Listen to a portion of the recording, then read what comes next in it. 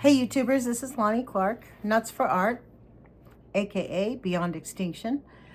This is the very first installment of me reading this book by John Howard Griffin, Black Like Me, written in 1959, chronicling the story of a journalist who turned his skin black with the help of a scientist. And let me get to it so that you'll understand the value and why it is so important. Preface. This may not be all of it. It may not cover all the questions, but it is what it is like to be a Negro in a land where we keep the Negro down. Some whites will say this is not really it. They will say this is a white man's experience as a Negro in the South, not the Negroes. But this is picayunish, and we no longer have time for that. We no longer have time to atomize principles and beg the question. We fill too many gutters while we argue unimportant points and confuse issues. The Negro, the South, these are details. The real story is the universal one of man who destroy the souls and bodies of other men and in the process destroy themselves for reasons neither really understands. It is the story of the persecuted, the defrauded, the feared and detested. I could have been a Jew in Germany, a Mexican in a number of states, or a member of any inferior group. Only the details would have differed. The story would be the same. This began as a scientific research study of the Negro in the South with careful compilation of data for analysis. But I filed the data and here publish the journal of my own experience living as a Negro. I offer it in all its crudity and rawness. It traces the changes that occur to heart and body and intelligence when a so-called first-class citizen is cast on the junk heap of second-class citizenship. John Howard Griffin.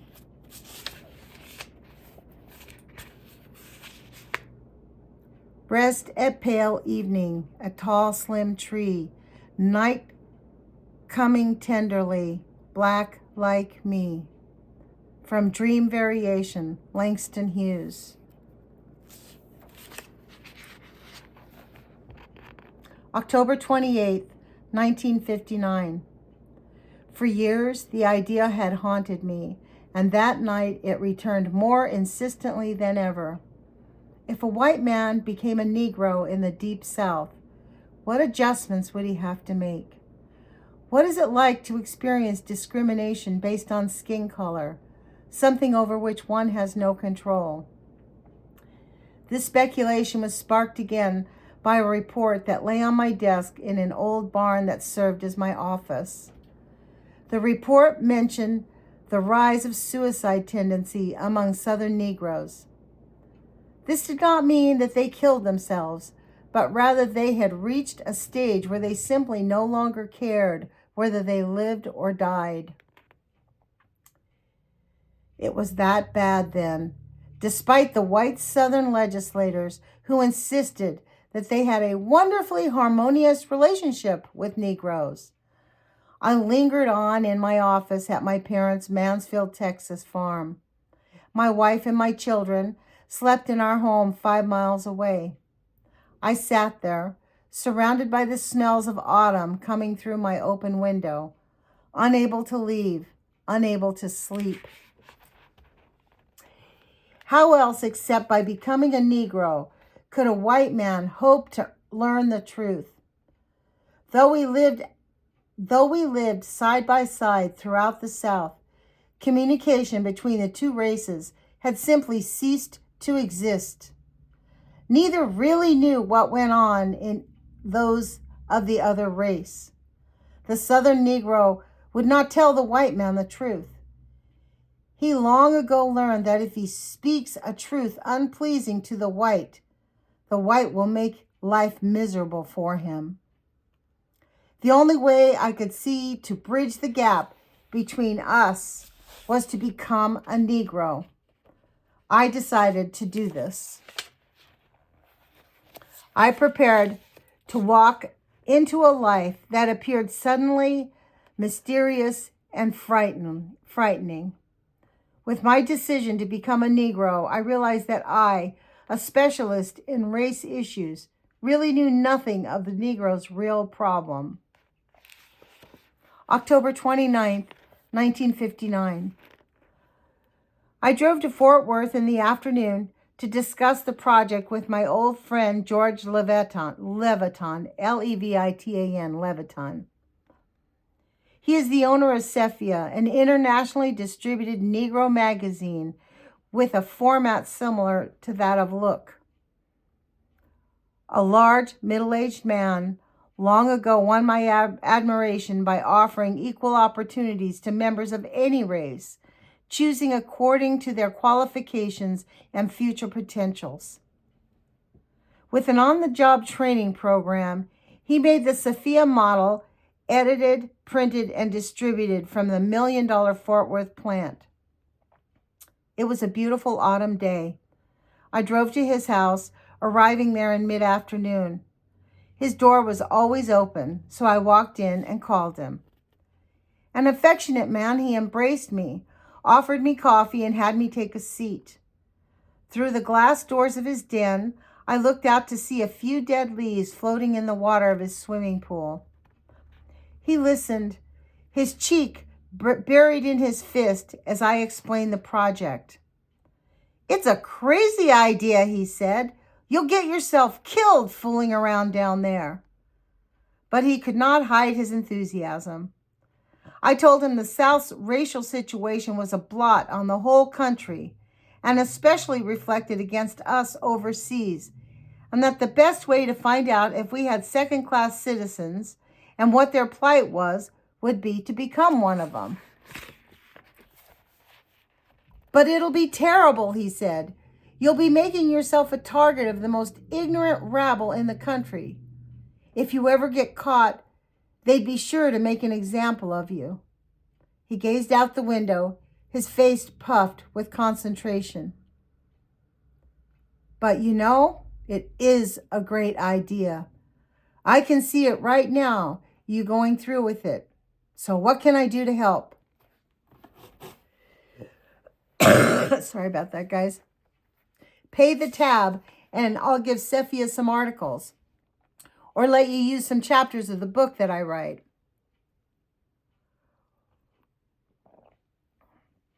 He agreed, but suggested that before I made final plans, I discuss it with Mrs. Adele Jackson, Sephia's editorial director. Both of us have a high regard for this extraordinary woman's opinion. She rose from a secretarial position to become one of the country's distinguished editors. After leaving Mr. Levitan, I called her. At first, she thought the idea was impossible. "You don't know what you're getting into, John," she said. She felt that when my book was published, I would be the butt of resentment from all the hate groups, that they would stop at nothing to discredit me, and that many decent whites would be afraid to show me courtesies when others might be watching. And two, there are deeper currents among even well-intentioned Southerners, currents that make the idea of a white man's assuming a non-white identity a somewhat repulsive step down. And other currents that say, "Don't stir anything up. Let's try to keep things peaceful." And then I went home and told my wife. After she recovered from her astonishment, she unhesitatingly agreed that if I felt I must do it, then I must. She offered as her part of the project her willingness to lead, with our 3 children, the unsatisfactory family life of a household deprived of a father and a husband. I returned at night to my barn office. Outside my open window, frogs and crickets made the silence more profound. A chill breeze rustled dead leaves in the woods. It carried an odor of fresh-turned dirt. Turning my attention to the fields, where the tractor had only a few hours ago had stopped plowing the earth. I sensed the radiance of it in the stillness, sensed the earthworms that buried back into the depths of the furrows, sensed the animals that wandered in the woods in search of nocturnal rut or food. I felt the beginning loneliness, the terrible dread of what I had decided to do. October 30, 1959. Lunched with Mrs. Jackson, Mr. Leviathan, and 3 FBI men from the Dallas office. Though I knew my project was outside their jurisdiction and that they could not support it in any way, I wanted them to know about it in advance.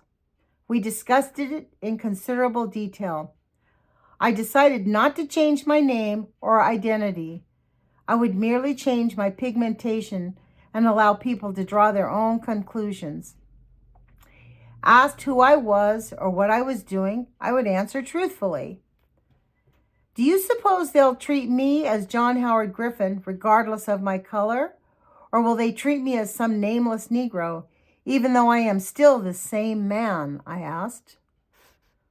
You're not serious, one of them said. They're not going to ask you any questions. As soon as they see you, you'll be a Negro, and that's all they'll ever want to know about you. Wow. This is kind of astounding. November 1, 1959, New Orleans, Louisiana. Arrived by plane as night set in. I checked my bags at the Hotel Monteleone in the French Quarter and began walking. Strange experience. When I was blind, I came here and learned cane walking in the French Quarter. Now the most intense excitement filled me as I saw the places I visited while blind. I walked miles, trying to locate everything by sight that I once knew only by smell and sound. The streets were full of sightseers. I wandered among them, entranced by the narrow streets, the iron-grilled balconies, the green plants and vines glimpsed in lighted flagstone courtyards. Every view was magical, whether it was a deserted lamplit street corner or a neon hubbub of Royal Street. I walked past garish bars with hawkers urging me to see the gorgeous girls do their hip shaking, and they left the doors open sufficiently to show the dim blue smoke interiors crossed by long rays of pink spotlights that turned the semi-nude girls' flesh rose. I strolled on. Jazz blared from the bars. Odors of old stone and Creole cooking and coffee filled the streets. At Brossard's, I had supper in the Supreme Courtyard. At Brossard's, I had supper in a superb courtyard under the stars. Hoot Ferrets, green salad, white wine, and coffee, the same meal I had there in past years. I saw everything, the lanterns, the trees, the candlelight tables, the little fountain, as though I were looking through a fine camera lens. Surrounded by elegant waiters, elegant people, and elegant food, I thought of the other parts of town where I would live in the days to come. Was there a place in New Orleans where a Negro could go buy hoot verres? I have no idea what that means. That must be some kind of a French food. At 10, I finished dinner and went to telephone an old friend who lives in New Orleans. He insisted I stay at his house, and I was relieved, for I foresaw all sorts of difficulties staying in a hotel while I turned into a Negro. November 2, 1959. In the meantime, I called the Medical Information Service and asked the names of some prominent dermatologists. They gave me 3 names. The first one I called gave me the appointment immediately. So I took the streetcar to his office and explained my needs. He had no experience with such a request, but was willing enough to aid me in my project. After taking my case history, he asked me to wait while he consulted with some of his colleagues by phone as to the best method of darkening my skin. After some time, he stepped back into the room and said they had all agreed that we should attempt it with a medication taken orally, followed by exposure to ultraviolet rays. He explained that they used it on victims of vitiligo, a disease that causes white spots to appear on face and body. I think it's called vitiligo. Sorry about that. Until this medication was discovered, the victims of this disease had to wear pancake makeup when they went out in public. It could be dangerous to use, however. It usually took 6 weeks to 3 months to darken the skin pigmentation. I told him I could not spare that much time, and we decided to try accelerated treatments with constant blood tests to see how my system tolerated the medication. I got the prescription filled, returned to the house, and took the tablets.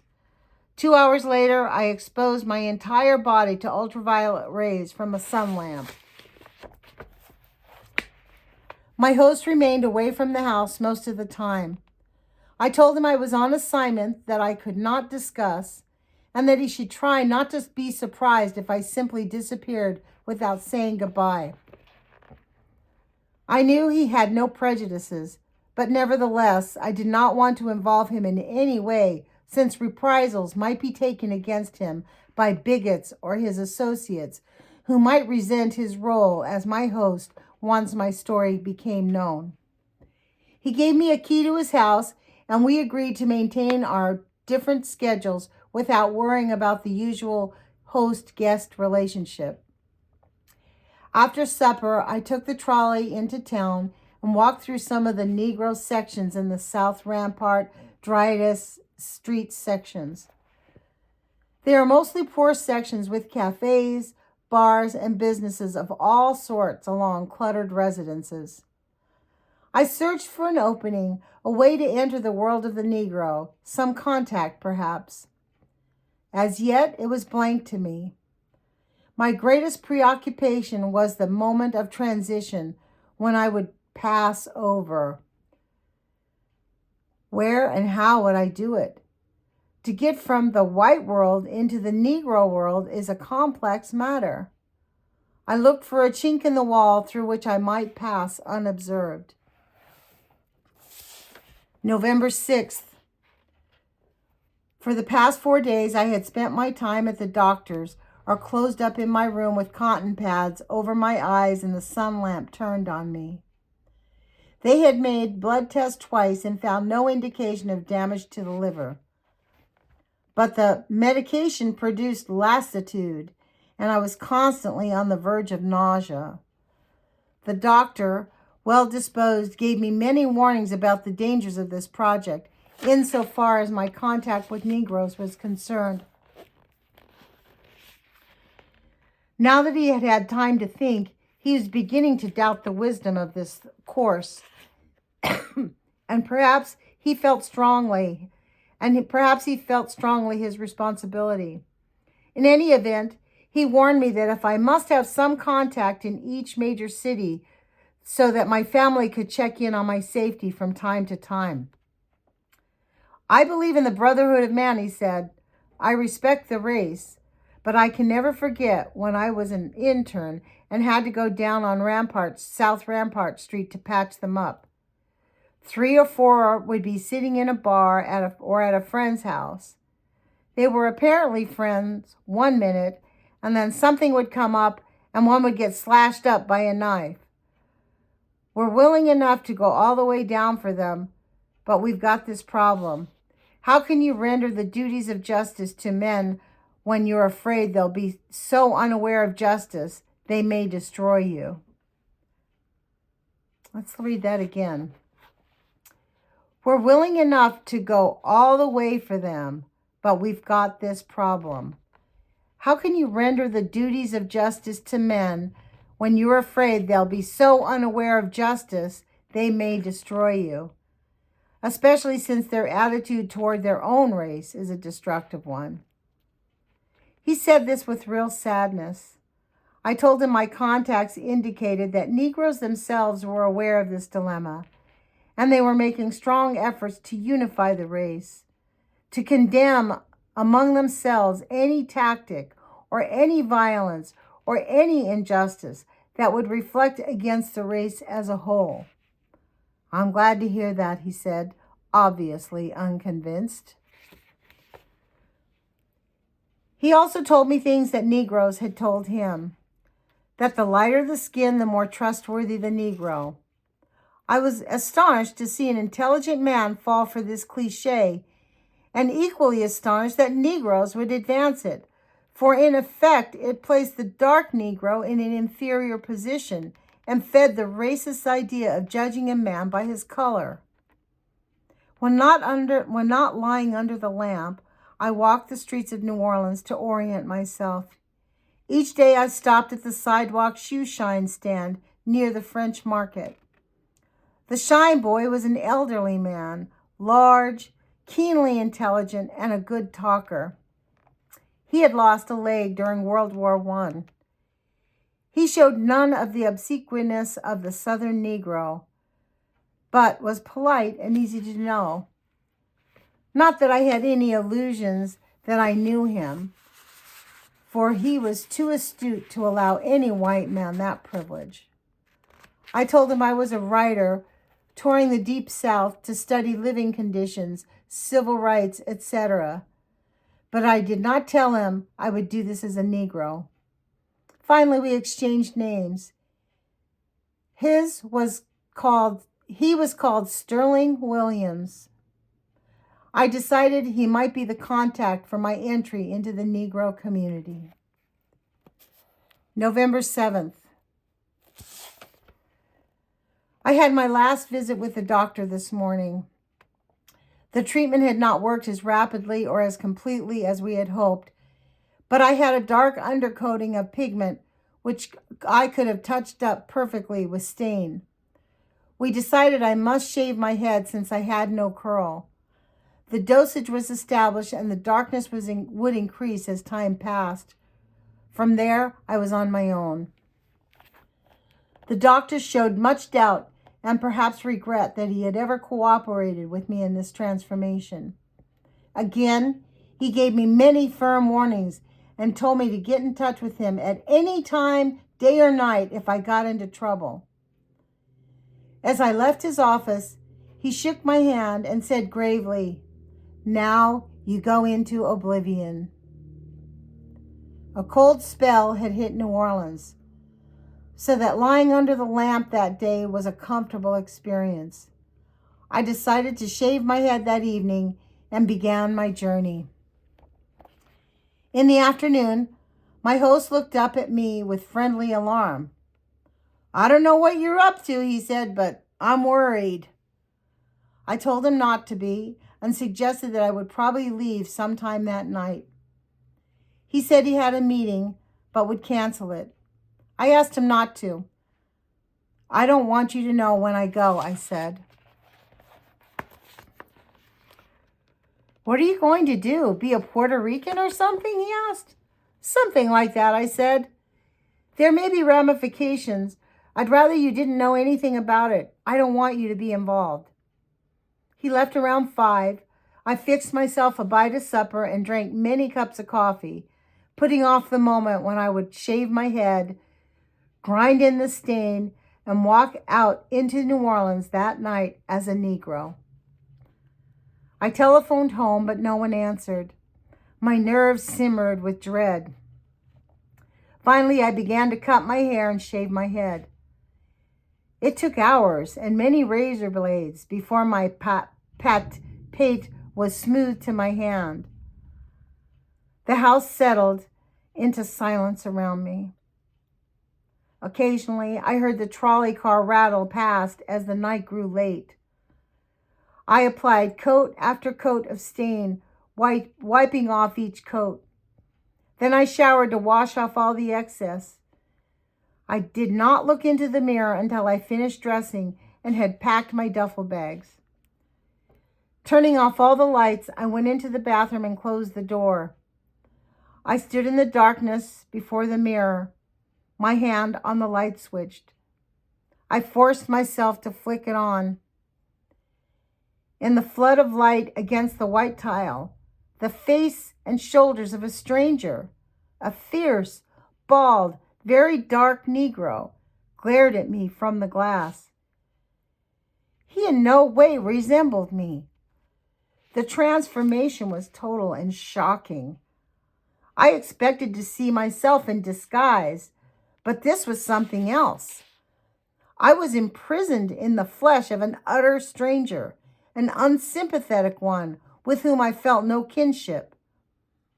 All traces of the John Griffin I had been were wiped from existence. Even the senses underwent a change so profound it filled me with distress. I looked into the mirror and saw reflected nothing of the white Griffin's past. No, the reflections led back to Africa, back to the shanty and the ghetto, back to the fruitless struggles against the mark of blackness. Suddenly, almost with no mental preparation, no advance hint, it became clear and permeated my whole being.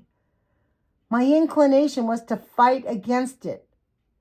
I had gone too far.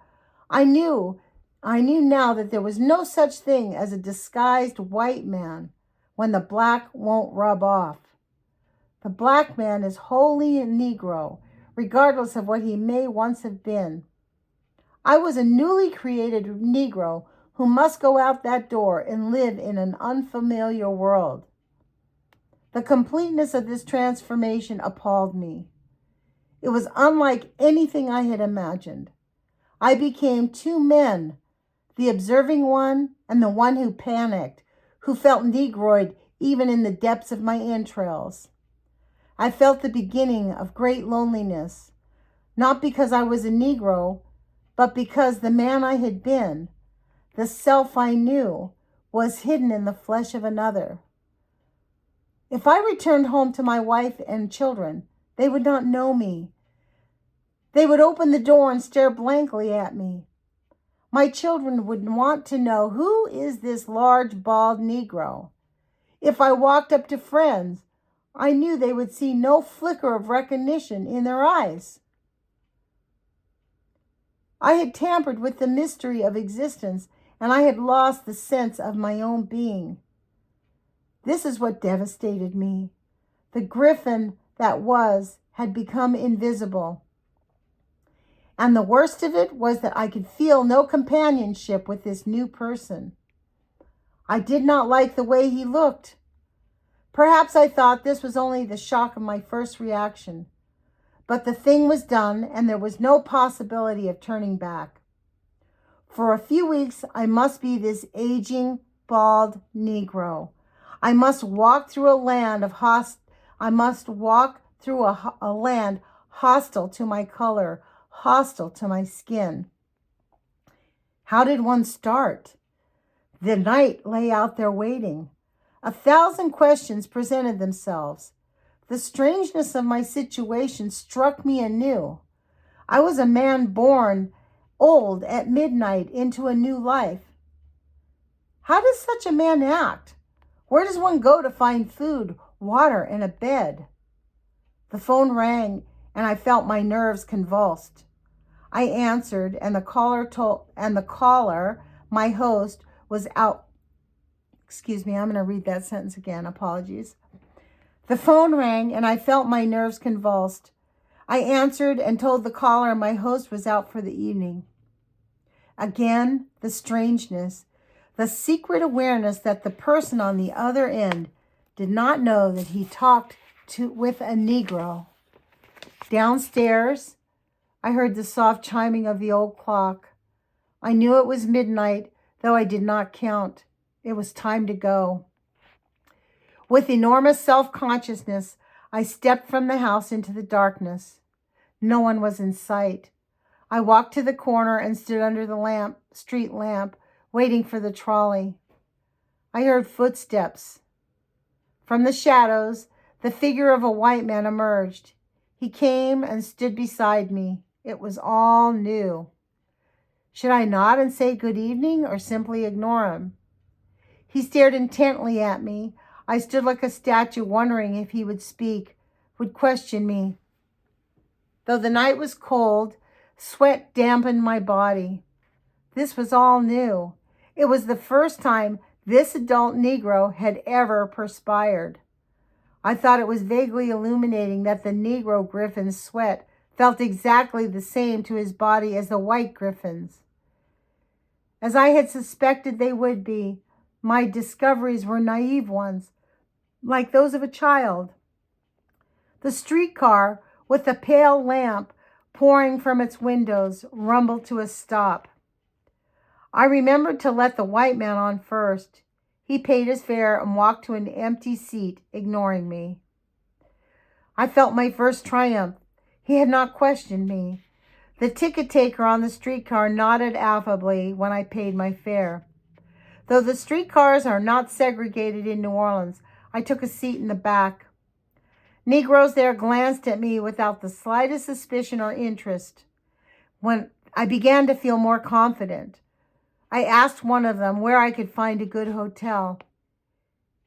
He said that the Butler on Rampart was as good as any and told me what bus to take from downtown. I got off and began walking along Canal Street in the heart of the town, carrying one small duffel bag in each hand. I passed the same taverns and amusement places where the hawkers had solicited me on previous evenings. They were busy urging white men to come in and see the girls. The same smells of smoke and liquor and dampness poured from the half-open doors. Tonight, they did not solicit me. Tonight, they looked at me but did not see me. I went into a drugstore that I had patronized every day since my arrival. I walked to the cigarette counter where the same girl I had talked to with every day waited on me. "Package of picayunes, please," I said in response to her blank look. She handed them to me, took my bill, and gave me change with no sign of recognition, none of the banter of previous days. Again, my reaction was that of a child. I was aware that the street smells and the drugstore odors of perfume and arnica were exactly the same to the Negro as they had been to the white. Only this time, I could not go to the soda fountain and order a limeade or ask for a glass of water. I caught the bus to South Rampart Street. Except for the taverns, the street was deserted when I arrived at the Butler Hotel. A man behind the counter was making a barbecue sandwich for a woman customer. He said he'd find me a room as soon as he'd finished. I took a seat at one of the tables and waited. A large, pleasant-faced Negro walked in and sat at the counter. He grinned at me and said, "Man, you really got your top shaved, didn't you?" "Yeah. Does it look all right?" "Man, it's sick. Makes you look real good." He said he understood the gals were really going for bald-headed men. "They say that's a sure sign of being high-sexed." I let him think I'd shaved my head for that reason. We talked easily. I asked him if this was the best hotel in the area. He said the Sunset Hotel down the street might be a little bit better. I picked up my bags and walked out towards the door. "See you around, Slick," he called after me. An orange neon sign guided me to the Sunset Hotel, which was located next to a bar. A drab little lobby was empty. I waited a moment at the desk and then rang a call bell. A man, obviously awakened from sleep, came down the hall in his undershirt, buttoning his trousers. He said I would have to pay in advance and that he didn't allow men to take girls up to the room. I paid the $2.85 and he led me up narrow, creaking stairs to the second floor. I stood behind him as he opened the door to my room and saw over his shoulder the desolate, windowless cubicle. I almost backed out, but realized I could probably find nothing better. We entered and I saw the room was clean. The bathroom's down the hall, he said. I locked the door after him and sat on the bed to the loud twang of springs. A deep gloom spread through me, heightened by noise of talk, laughter, and jukebox jazz coming from the bar downstairs. My room was scarcely larger than a double bed. Any open transom, I don't know what that word means, transom, an open transom above the door into the hall provided the only ventilation. The air, mingled with that of the other rooms, was not fresh. In addition to that bed, I had a tiny gas stove and a broken down bedstand. On it were 2 thin hand towels, a half a bar of ivory soap. It was past 1 now. The light was so feeble I could barely see to write. With no windows, I felt boxed in, suffocating. I turned off my light and tried to sleep, but the noise was too much. Light through the window transom fell on the ceiling fan, casting distorted shadows of the 4 motionless blades against the opposite wall. A dog barked nearby, and his bark grew louder as another tune from the jukebox blasted up through the linoleum floor. I could not shake the almost desperate sadness all this evoked, and I marveled that sounds could so degrade the spirit. I slipped into my pants and walked barefoot down the narrow, dim hall to the door with a crudely lettered sign reading, Men. When I stepped in, the hollow roar of water beating against the wall of a metal shower filled the room, along with the odor of cold sweat and soap. One man was in the shower. Another, a large black-skinned man, sat naked on the floor waiting his turn in the shower. He leaned back against the wall with his legs stretched out in front of him. Despite his state of undress, he had an air of dignity. Our eyes met and he nodded his polite greeting. It's getting cold, isn't it? He said. It sure is. You talking to me? The man in the shower called out from the thrumming. Nope, there's another gentleman here. I won't take much longer.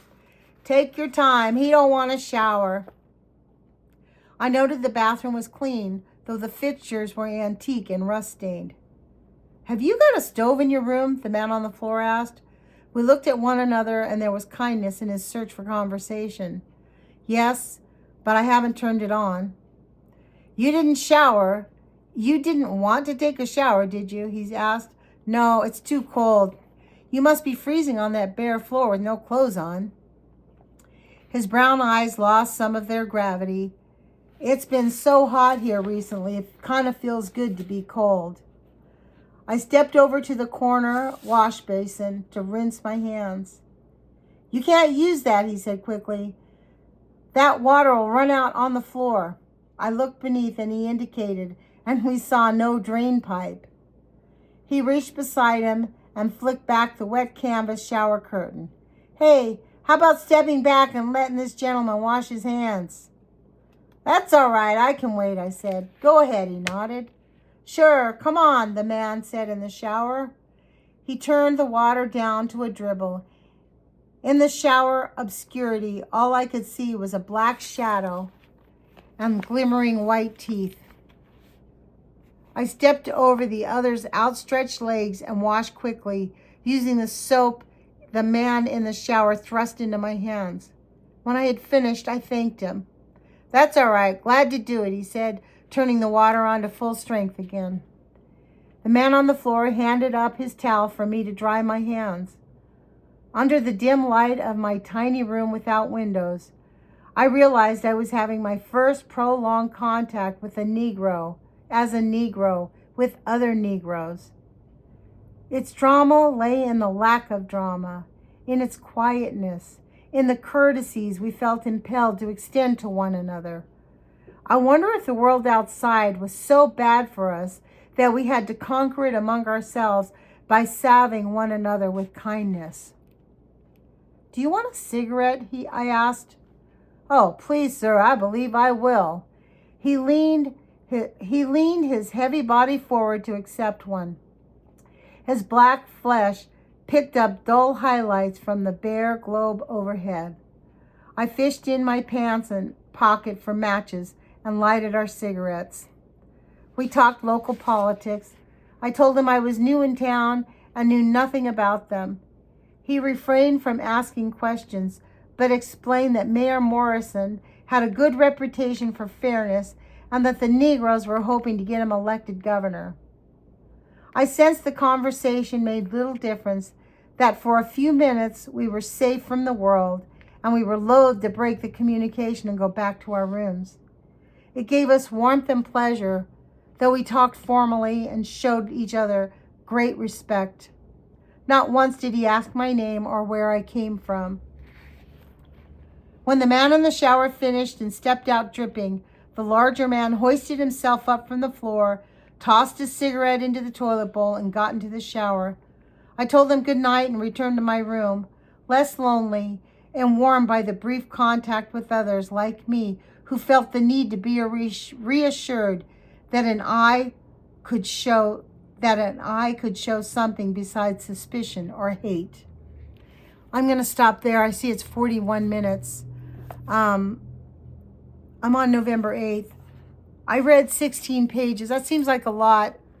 You guys can put this in the comments, although we'll see how many people actually really do listen to this book as I read it.